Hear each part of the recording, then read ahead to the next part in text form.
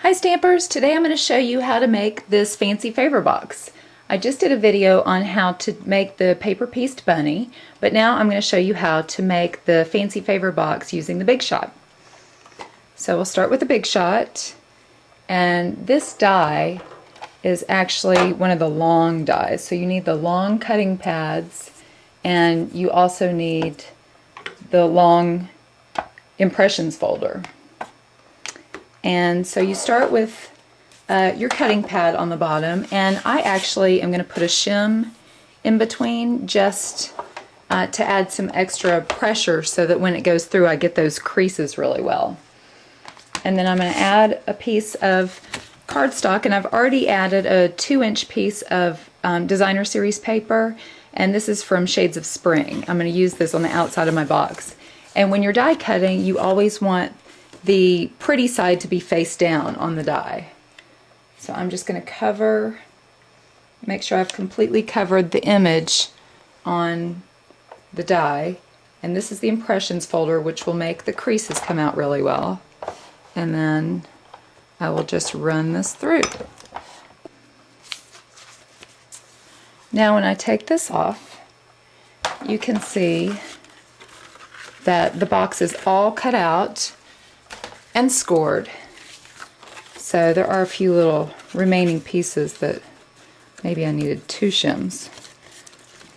So I'm just going to take my scissors and trim right along where it should have cut. There we go. Paper sliding all over the place. Now I'm just going to fold right along the score lines, and I'm actually going to use my bone folder.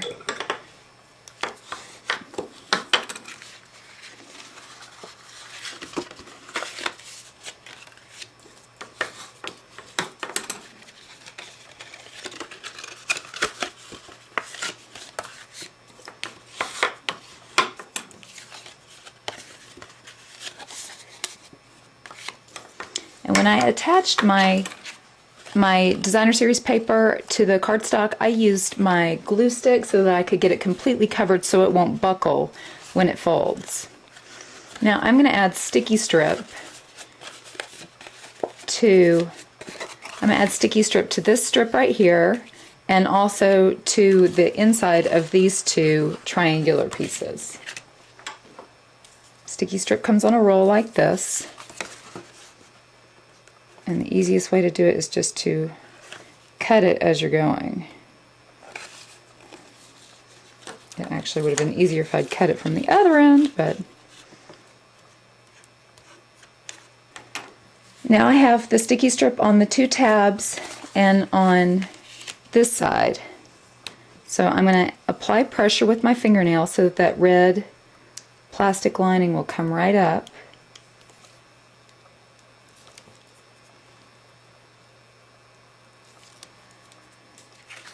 And you want to make sure that the tops line up perfectly. Goodness, I'm off thumbs today.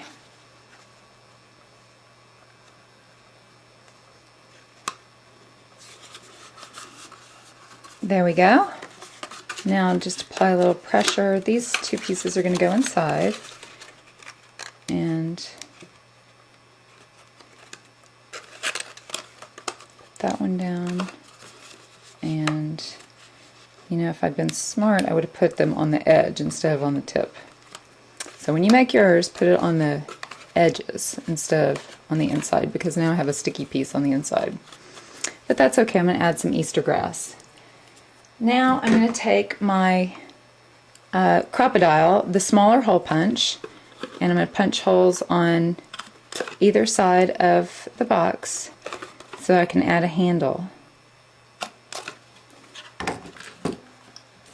And then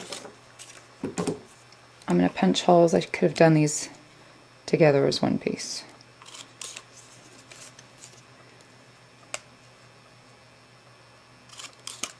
There we go. Now I'm going to take some of our pink rhinestone brads.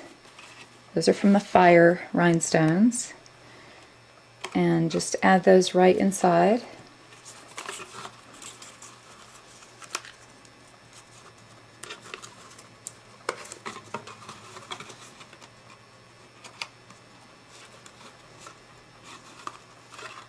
There we go.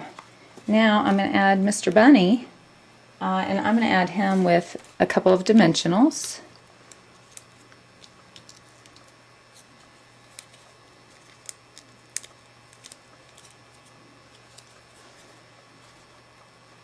I'll add him right there. I have his little ears poking up. And then I have a piece of the chocolate chip satin ribbon. And the way to tie a perfect bow is to do the bunny ears, just like you learned when you were a little kid. And tie those around.